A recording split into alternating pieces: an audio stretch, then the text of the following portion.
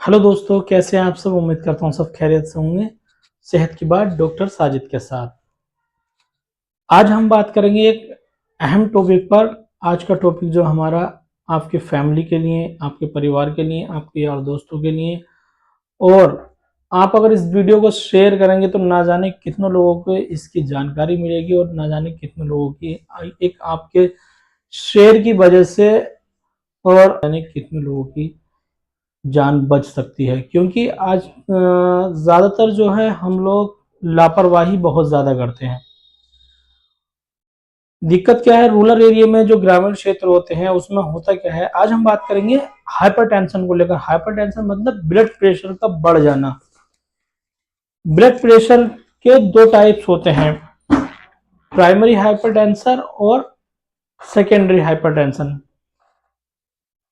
Primary hypertension में जो है, जो कोज रहते हैं उसके, वो आजकल एक चीज और देखी जा रही है कि जो यंग एज में, अडल्ट में यानी यंग एज 20-25 से 40 साल की उम्र में भी बहुत ज्यादा ब्लड प्रेशर की समस्या बढ़ रही है। आखिर ये दिक्कत हो क्यों रही है, रीजन जानेंगे तो ज्यादातर कम से कम 70% लोग जो हैं स्ट्रेस के कारण, यानी 60 से 70% लोग जो हैं, जो हाइपरटेंशन ब्लड प्रेशर जिनका बढ़ रहा है, वो स्ट्रेस या तनाव की वजह से या ओवर एक्टिविटी की वजह से, जिनकी वजह से उनका जो है ब्लड प्रेशर बढ़ रहा है। दूसरा उसका अगर मैं कोर्स की बात करूं तो लाइफ स्टाइल मॉडिफिकेशन, यानी कि लाइफ स्टाइल हमारा इतना खराब हो चुका है, ना तो हमें अपने खाने का टाइमिंग का पता है, ना हमें सोने का पता है, और सब बाहर का खा रहे हैं टोटल, और कोई टाइमिंग नहीं है हमारे खाने की, सोने की। तो हमारा लाइफ स्टाइल इसमें बहुत अहम है। नंबर सिटी यानी मोटापा। मोटापे के कारण जो हमारी ब्लड सप्लाई होती है, ब्लड सप्लाई में ऑक्सीजन की सप्लाई होती है ब्लड के साथ में, उसका जो है आर्टरी पर जाकर बहुत ज्यादा प्रेशर पड़ता है, जिसकी वजह से ब्लड प्रेशर बढ़ने लगता है। जो लोग स्मोकिंग बहुत ज्यादा करते हैं, उनसे होता क्या है कि उनकी जो आर्टरी होती है, हार्ट की जो आर्टरी होती है, वो डैमेज हो जाती हैं और उनका जो रास्ता होता है वो नैरो हो जाता है, उनका रास्ता पतला हो जाता है, जिसकी वजह से जो है ब्लड प्रेशर बढ़ने लगता है। और कुछ ओल्ड एज में भी जो है आर्टरी जो है सिकुड़ने लगती हैं, आर्टरी नैरो हो जाती हैं, जिसकी वजह से ब्लड प्रेशर बढ़ने लगता है ओल्ड एज में बहुत ज्यादा। ओल्ड एज तो एक हम ये मानेंगे कि चलो ओल्ड एज है, लेकिन यंग एज का आजकल जो बहुत ज्यादा बढ़ गया है।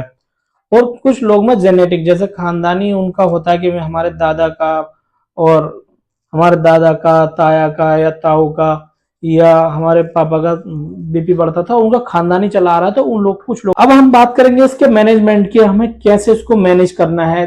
तो अगर मैं बात करूं तो अपने इंडिया पॉपुलेशन के अंदर अगर हम अगर अपना खान पीन सही करने और सिर्फ एक चीज पर कंट्रोल करने, क्या, सिर्फ सोल्ट यानी नमक पर, नमक से ही अगर हम अपने नमक हम अपनी डाइट में अगर सही कर ले तो 60% जो हमारा हाइपरटेंशन है वो रिकवर हो जाएगा, और जो है ब्लड प्रेशर की समस्या हमारी कम हो जाएगी। हम करते क्या है कि हम हाई साल्ट बहुत ज्यादा खा रहे हैं। हर चीज में अगर कोई चीज हम बना रहे हैं तो उसके ऊपर भी हम, सब्जी में तो खा रहे हैं, अगर सलाद खा रहे हैं तो उसमें भी नमक डाल के, तरबूज खा रहे हैं तो उसमें भी नमक डाल के, और चीजें ले रहे हैं तो उसमें भी नमक डाल के, हम नमक बहुत ज्यादा एक्स्ट्रा कर रहे हैं सारी चीजों में। बाहर से अगर हम कुछ खा रहे हैं तो उसमें भी बहुत ज्यादा ऑयली और नमक बहुत ज्यादा, साल्ट वगैरह बहुत ज्यादा हम लोग इनटेक कर रहे हैं, तो उसका हमें बहुत ज्यादा ध्यान देना है। अगर अपना डाइट में अगर कंट्रोल करते हैं तो 60% में समझता हूँ कि हाइपरटेंशन आप अपनी सिर्फ डाइट से कंट्रोल कर सकते हैं। फिजिकल एक्टिविटी, आप फिजिकल एक्टिविटी करें, कम से कम 25 से 30 मिनट डेली वॉक करें, और वॉक ऐसी करें कि जो थोड़ा सा आपके शरीर पर थोड़ा सा उसका असर पड़ेगा, थोड़ा तेज तेज, ऐसा नहीं नॉर्मल वॉक नहीं, थोड़ी तेज करनी है, जिससे कि हल्का सांस भी फूले और जो आर्टरियों पर उसका थोड़ा दबाव बढ़े। 30 मिनट डेली एक्सरसाइज करें। और लाइफ स्टाइल आप अपना थोड़ा चेंज करें। लाइफ स्टाइल में आप जो आपका खान पीन है, जो बाहर का तला भुना और जंक फूड जितना भी ले रहे हैं, आप उसको अवॉइड करें। और सबसे अहम चीज जो मैं आपको बता रहा हूं, आप जो है लो सोडियम साल्ट आता है, एक लो सोडियम साल्ट इनटेक करें। मतलब आप मॉल वगैरह में या किसी अच्छी शॉप पर अगर जाएंगे तो जो एक हमारी थैली होती है नमक की थैली, वो 10 रुपए की भी मिल जाती है। एक और उससे अच्छा आता है, टाटा का ही आता है, कि उसमें जो होता है लो साल्ट इनटेक, मतलब लो सोडियम, उसमें बहुत कम सोडियम यानी 30% सोडियम होता है। तो आप उसका अपना घर में इस्तेमाल करें, आपके लिए वो बहुत ही बेहतरीन है। उसमें जो लो सोडियम साल्ट होता है और वो आपके लिए बहुत ही बेहतरीन है। अगर सेकेंडरी में जो है हाइपरटेंशन में इसके कॉम्प्लिकेशन हो जाते हैं, जिसकी वजह से आपको सेकेंडरी हाइपरटेंशन, जो कि आपको उसकी वजह से हाइपरटेंशन की वजह से एमआई हो सकता है, जिसको हम हार्ट अटैक बोलते हैं। इन्फॉक्शन, आपको ब्रेन हेमरेज हो सकता है। ब्रेन हेमरेज से मुझे याद आया कि ओपीडी में बहुत सारे पेशेंट ऐसे आते हैं कि उनका रहता क्या है कि अगर मेरे पास पेशेंट, मेरे पास नहीं, बहुत सारी दिक्कत ये रहती है, किसी भी डॉक्टर के पास अगर पेशेंट जाए, उनका ब्लड प्रेशर बढ़ रहा है, तो जैसे कि वो 2 दिन की या 3 दिन की दवाई लेकर जाएंगे, तो वो सिर्फ 2 या 3 दिन दवाई लेकर जाएंगे और दवाई ले गए, उनका ब्लड प्रेशर कंट्रोल हो गया, उसके बाद में फिर वो नहीं लौटते हैं। उन्हें कितना भी समझाओ कि आप कुछ नहीं करना, अगर दवाई ना भी लेकर जाओ तो सिर्फ आप एक गोली खाते रहना ब्लड प्रेशर की, लेकिन वो उसको भी नहीं करते हैं। होता क्या है, रीजन क्या होता है उसका, मोस्टली केसेस में देख चुका हूं कि वो जब वो ब्लड प्रेशर नहीं बढ़ता, ब्लड प्रेशर कंट्रोल नहीं होता उसका, तो ब्रेन हेमरेज हो जाता है। बहुत सारे मैं केसेस अपनी प्रैक्टिस में देख चुका हूं। तो पेशेंट वेंटिलेटर पर जाता है, ब्रेन हेमरेज, और काम खत्म।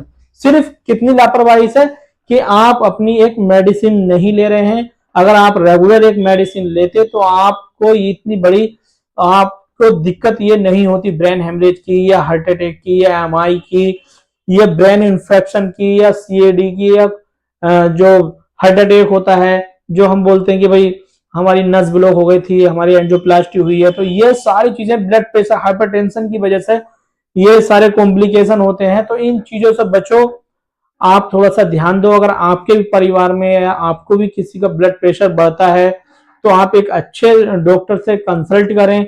और अगर और भी मेडिसिन अगर कुछ ना करें, तो आप कम से कम ब्लड प्रेशर की दवाई तो एक रेगुलर गोली आप उनके लिए अपने घर पर रखें। अगर कुछ भी नहीं है, अगर रात में अगर आपको इमरजेंसी हो रही है या कोई दिक्कत हो रही है, तो आपके पास एक टैबलेट है, आप उसको दे सकते हैं और बीपी आपका कंट्रोल हो सकता है। और अगर आपके पास बीपी की गोली नहीं है, आप दूर हैं, ग्रामीण क्षेत्र में रहते हैं, डॉक्टर के पास एकदम नहीं जा पा रहे हैं, तो हो सकता है कि उसके कॉम्प्लिकेशन बहुत हो सकता है कि ब्रेन हेमरेज हो जाए, या हार्ट अटैक हो जाए, या और भी कुछ चीजें हो जाए। तो वैसे तो मैं आपको बता ही चुका हूं, आप अपना 60% तो अपना नमक कम करने से और अपना लाइफ स्टाइल चेंज करने से आप अपना ब्लड प्रेशर को कंट्रोल कर सकते हैं। अगर फिर भी अगर नहीं होता, तो मैं आपको एक टेबलेट बता देता हूं, जो आपकी हार्ट के लिए, आर्टरी के लिए और किडनी के लिए और आपके लिए बहुत सेफ है। तो अगर आपका बीपी 150 या 140 या इतना रहता है, तो आप एक टेबलेट आती है सिल्डिबिन, ठीक है, डिपिन 10 mg है, सिलनी डिपिन बोलते हैं उसके, 10 mg के नाम से आती है। आप उसका स्ट्रिप ले लें और आप उसको रेगुलर इस्तेमाल करें, डेली एक गोली आप लें, तो आपके लिए, आपके और आपके परिवार के लिए, जिसका भी है, तो उसके लिए ये बहुत ही जरूरी है, बहुत ही अहम है। तो आपको मेरी वीडियो कैसी लगी, या आप कहाँ से मेरी वीडियो देखते हैं, या आप, मैं आपको, अगर आपके दिमाग में कोई चीज चल रही है मैं किस टॉपिक पर और वीडियो बनाऊं, प्लीज मेरे चैनल को सब्सक्राइब करें, वीडियो को लाइक करें, कम से कम एक कमेंट और शेयर तो जरूर करें। मिलते हैं नेक्स्ट वीडियो में। अल्लाह हाफिज।